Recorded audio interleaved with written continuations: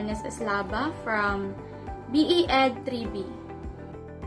I am Dizon Rina from BE Ed 3B.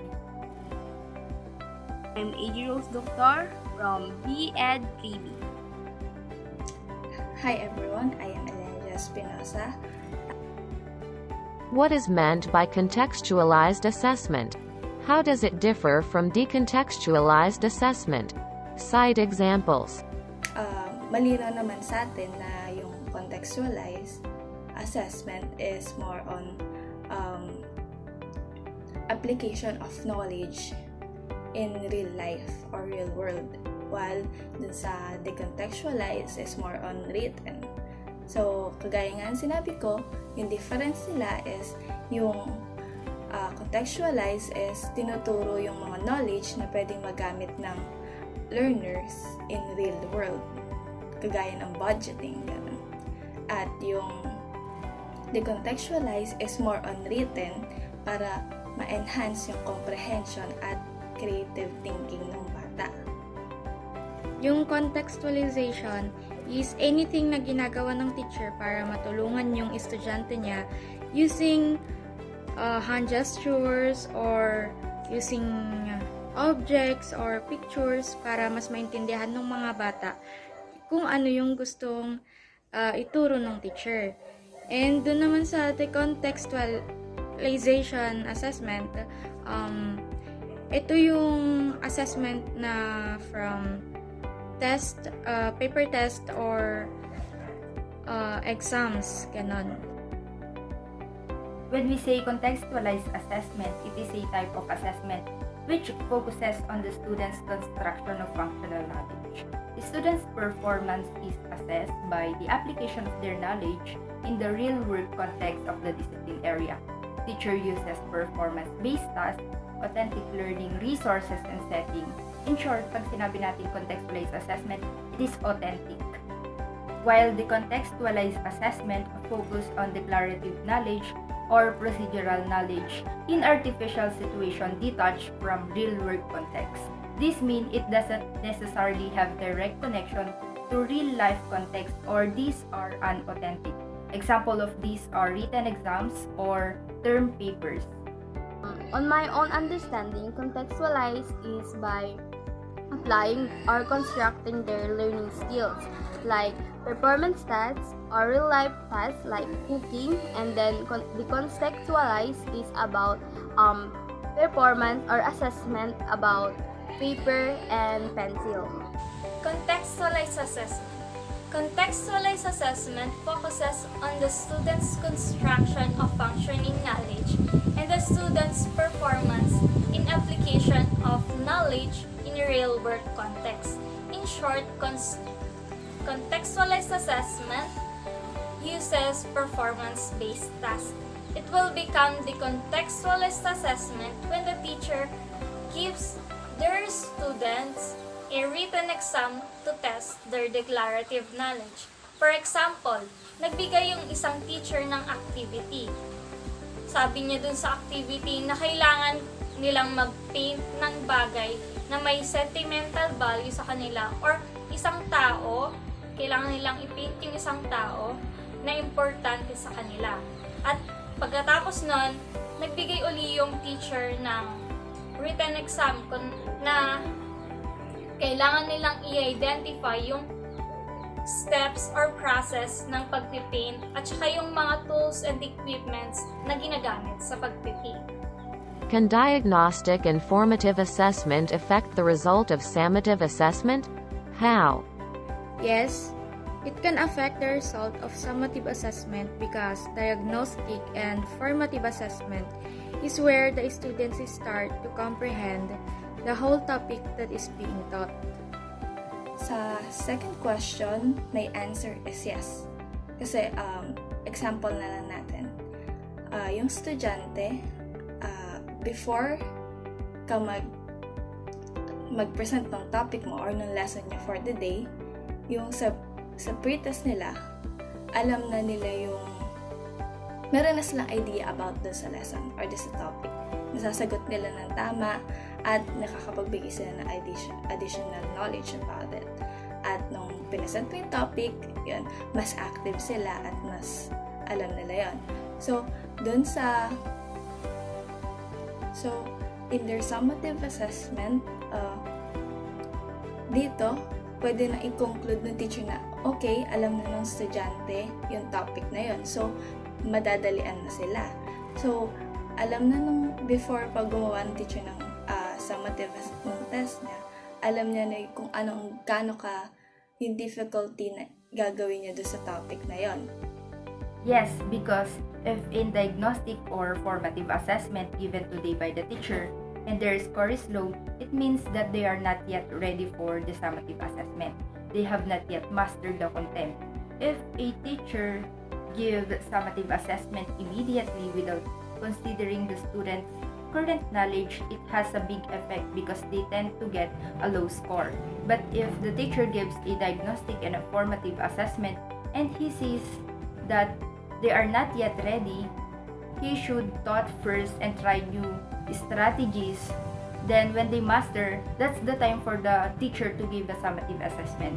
What I'm trying to say is that diagnostic and formative assessment are the basis of the teacher whether the students are ready for the summative assessment or to move forward to another lesson.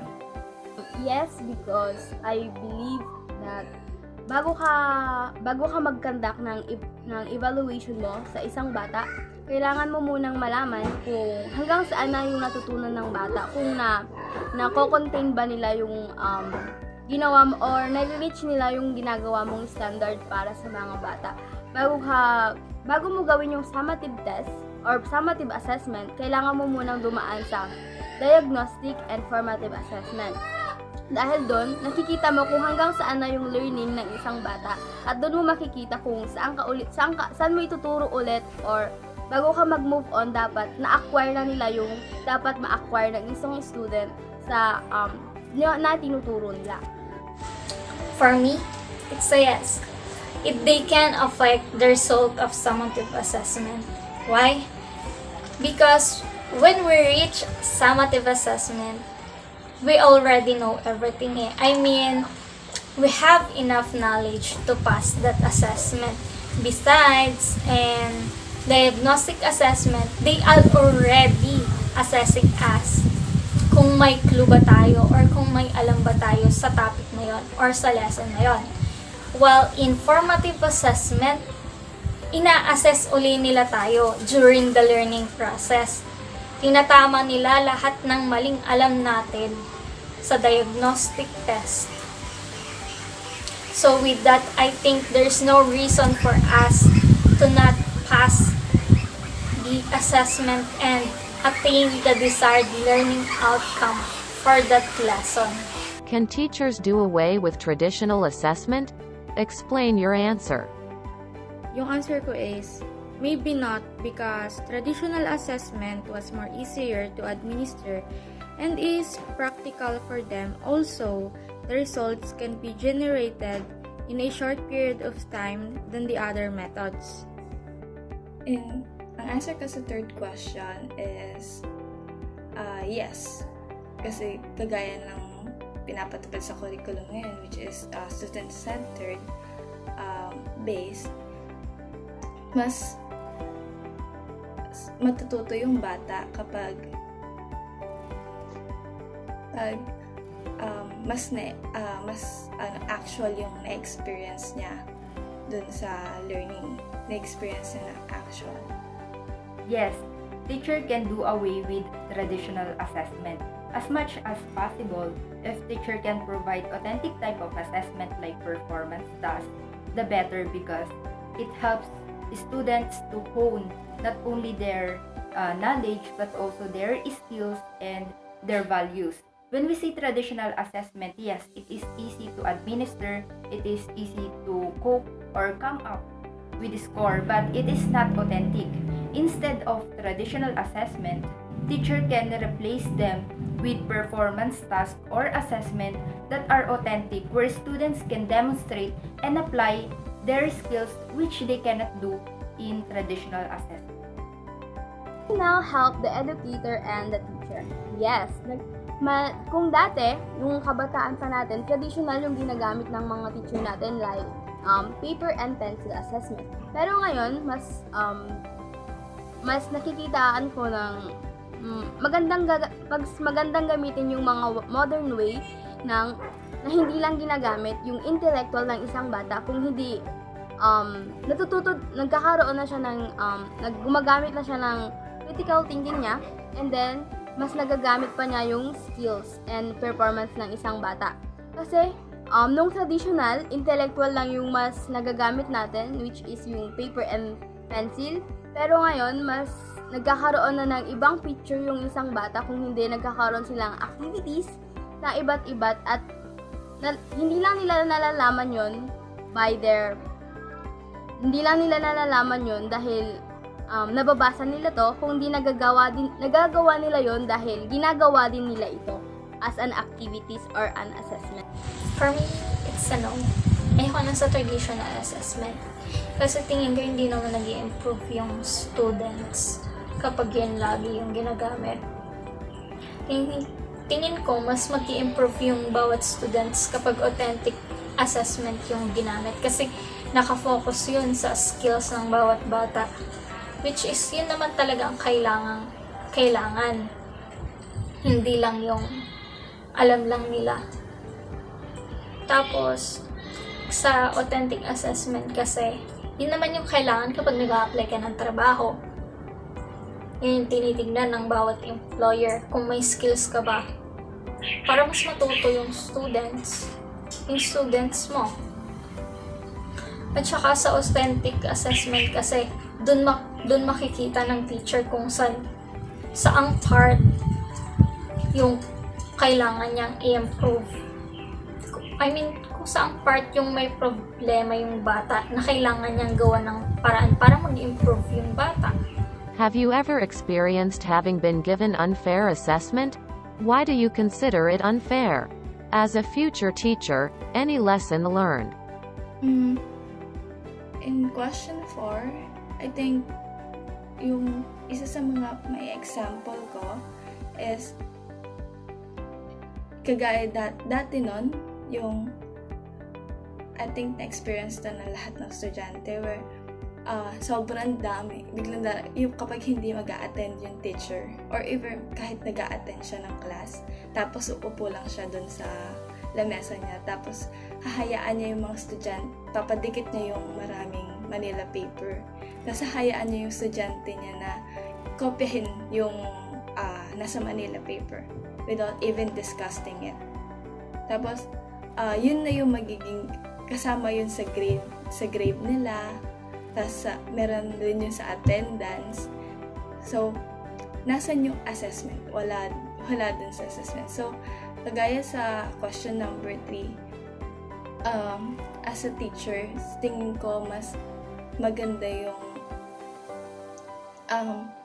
kesa memorization yung assessment na binibigay mo sa estudyante. Mas maganda kung actual nilang naiintindihan yung tinuturo mo. Somehow, at my elementary days, favoritism will always be there. Agree or not, the students that are seated in the front row will always be called in recitation, while the others at the back will be called as noisy kids. It is very unfair when every student only want to learn the same knowledge that are given by the teacher.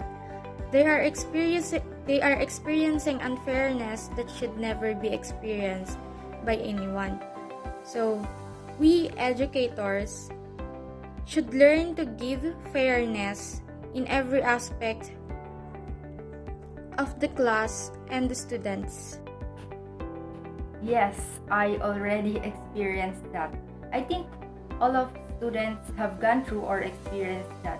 I had a teacher before, she discussed the content of the lesson.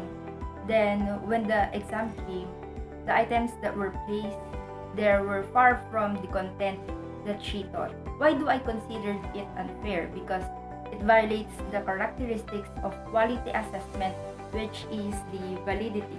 When we say validity, the test measures what is supposed to measure. But in my case, the test is not valid because the item or the content of the exam does not match what is being taught.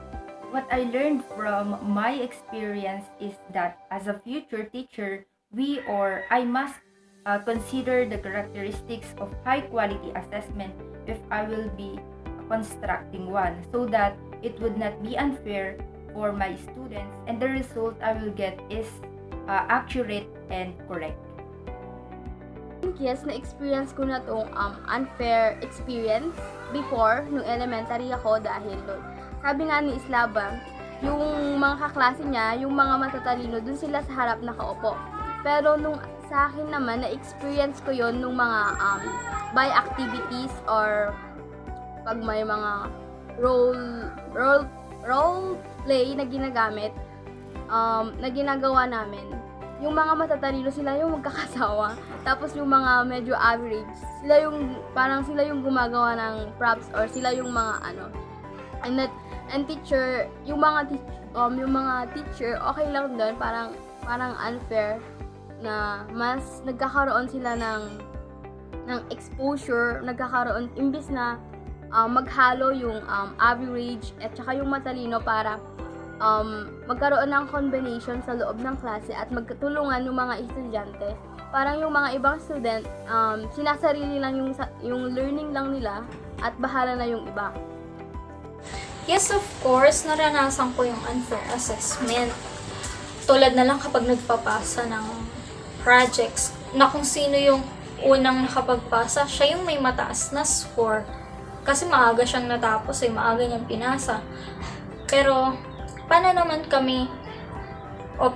yung mga katulad ko na estudyante na hindi makakapagpasa kaagad ng assessment ng project, kahit na gusto namin magpasa, wala naman kaming magagawa dahil wala kaming enough resources or wala kaming gamit para magawa yung project na yon.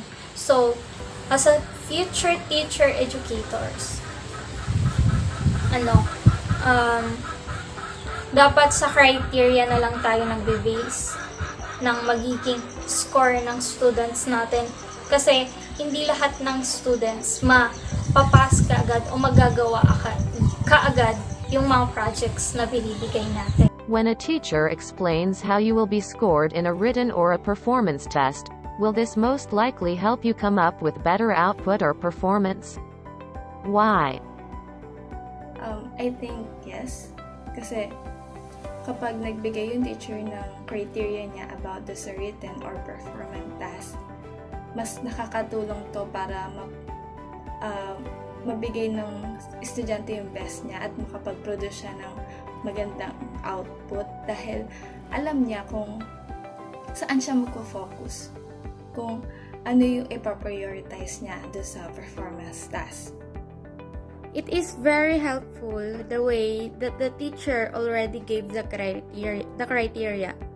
Yes, you can come up with better idea and mostly you can think of more creative idea that what you think will be unique. Yes, it really helped me to come up with a better output because I know where to focus, I know what I should include and not in my output, because if the teacher doesn't tell you how you will be scored, you don't know where to begin or where to focus. You'll be surprised why your score is like that.